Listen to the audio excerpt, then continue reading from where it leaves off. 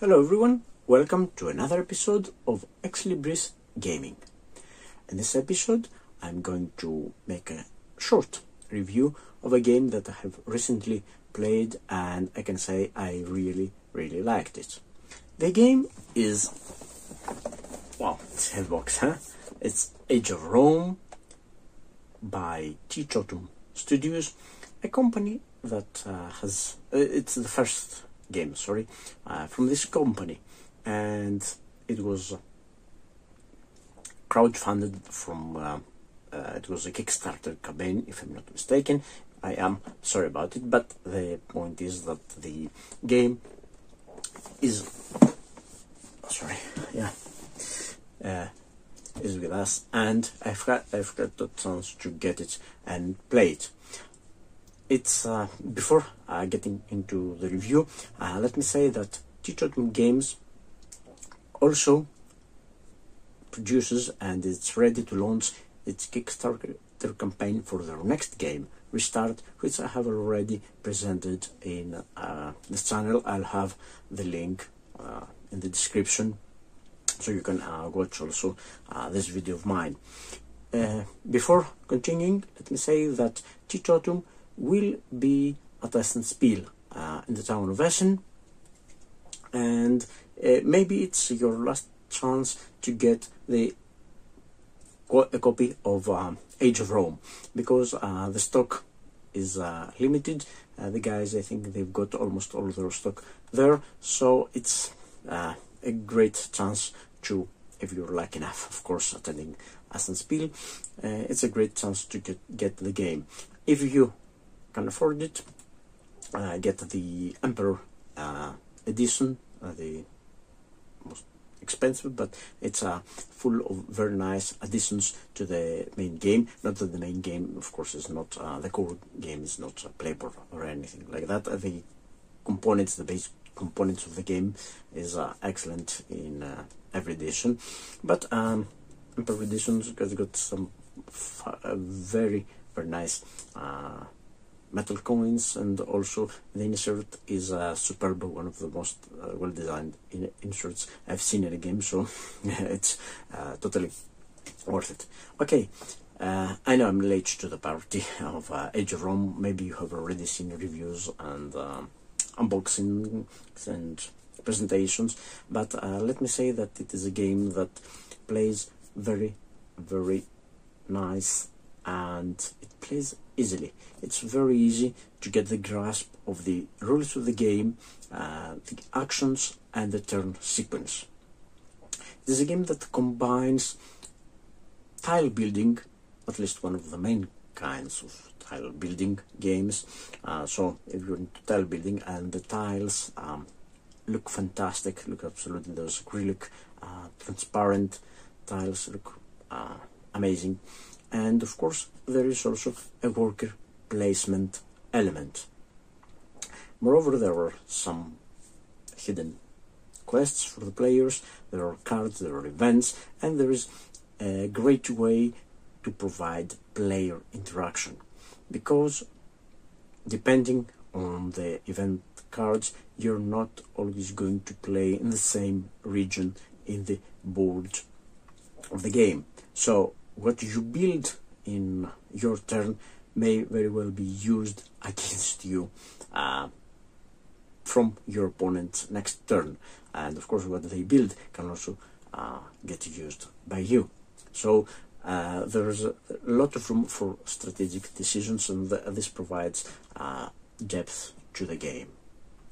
Also, one of the main characteristics that I loved about this game is that it's always, like I have said also in Restart, there is always a way to get some victory points, some glory points, as the game names them.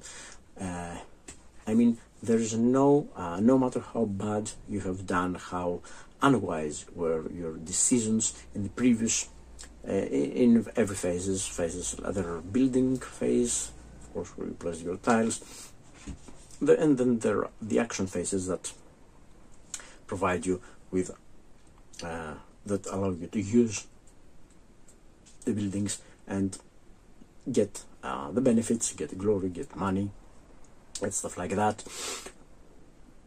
No matter how bad you have done, there is always a way to get some glory points. There is no missed actions. I mean,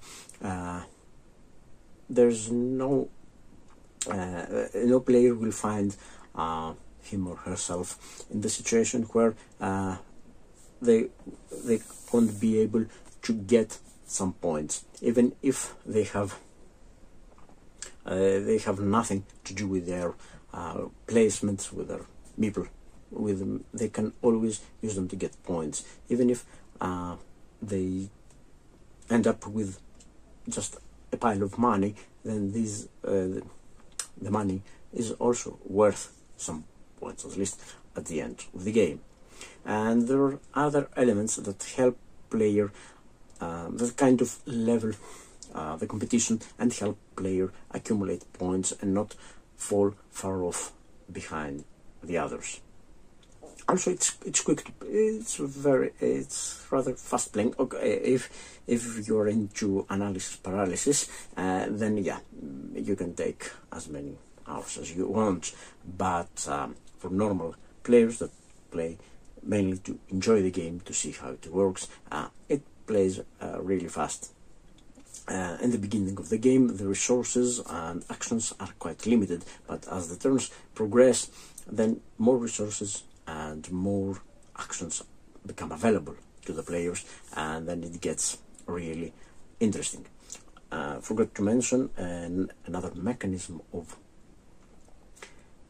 interacting, which is actually called skimming and placing feuds.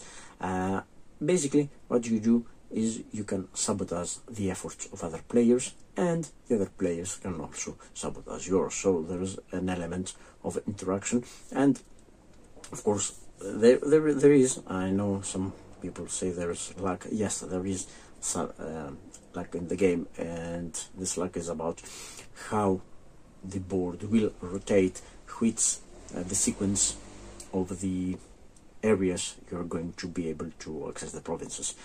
Instead is not standard.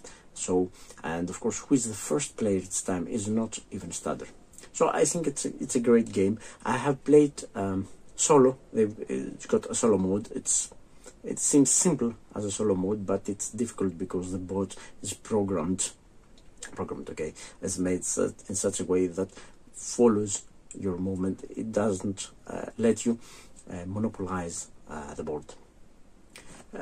I think that's all I've got to say. All in all, a great game. Yeah, family game. Yes, I would say a family game.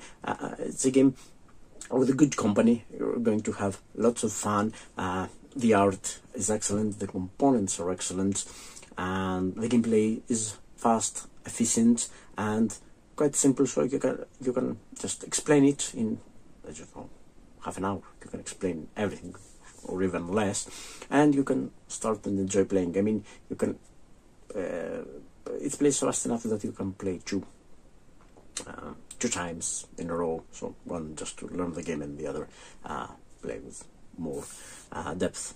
So that's all. It's totally worth it.